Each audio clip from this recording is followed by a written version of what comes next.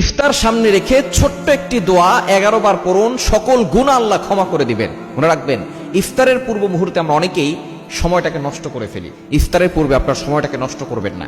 এই সময়টা হচ্ছে দোয়া কবুলের সময়। আপনি সারাদিন রোজা রেখেছেন, এই রোজা রাখা অবস্থায় দোয়া করলে আল্লাহ তাআলা দোয়াটা কবুল করেন।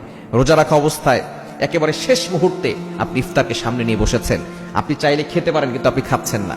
আপনার গলায় তৃষ্ণার্ত অবস্থায় আছে, আপনার পেট ক্ষুধার্ত অবস্থায় আছে, কিন্তু আপনার সামনে ইফতার আছে, বিভিন্ন রকমের আইটেম আছে, ঠান্ডা পানি আছে, শরবত আছে, কয়েক ধরনের খাবার আছে, কিন্তু আপনি কোনো খাবার খাচ্ছেন না। আল্লাহ তাআলা ফেরেশতাদেরকে ডাক দিয়ে বলে, ও আমার ফেরেশতারা, এই বান্দা খাচ্ছে না কেন? ফেরেশতারা বলে, আল্লাহ, সে তোমার অনুমতির অপেক্ষায় আছে, যখনই অনুমতি আসবে তখনই সে খাবে। তখন আল্লাহ বলে, ফেরেশতারা, এই বান্দা কি আমাকে দেখছে? তখন ফেরেশতারা বলে, না আল্লাহ, আপনাকে দেখে নাই। তারা কি জান্নাত দেখেছে? ফেরেশতারা বলে, না আল্লাহ, তারা তো জান্নাত দেখে নাই। তারা কি জাহান্নাম দেখেছে? বলে, না আল্লাহ, তারা জাহান্নামও দেখে নাই। তখন আল্লাহ পাক রব্বুল আলামিন ফেরেশতাদেরকে ডাক দিয়ে বলে, ও আমার ফেরেশতারা, যে সকল বান্দারা আমি আল্লাহকে খুশি করার জন্য তারা না খেয়ে আছে, ক্ষুধার্ত পেট নিয়ে খাবার সামনে নিয়ে বসে আছে, এই ব্যক্তি এখন যেই দোয়া করবে আমি আল্লাহ তাআলা সেই দোয়াটাই কবুল করে নিব।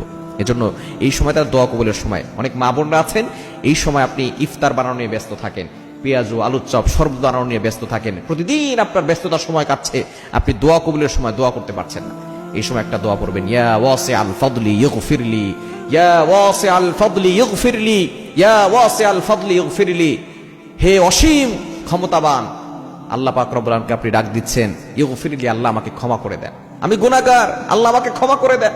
ইয়া ওয়াসিআল ফাদলি ইগফিরলি। আমরা অনেকেই আছি এই ইফতারের পূর্ব মুহূর্তে মোবাইল নিয়ে রিলস ভিডিও দেখতে থাকি, বিভিন্ন ধরনের টিকটক ভিডিও দেখতে থাকি, অনেকে কথা বলতে থাকে, অনেক ধরনের আয়োজন হয়, বিভিন্ন ধরনের কথা হয়, কিন্তু এই সময় আপনি 10 মিনিট আগে ইফতারকে সামনে নিয়ে বসে যাবেন।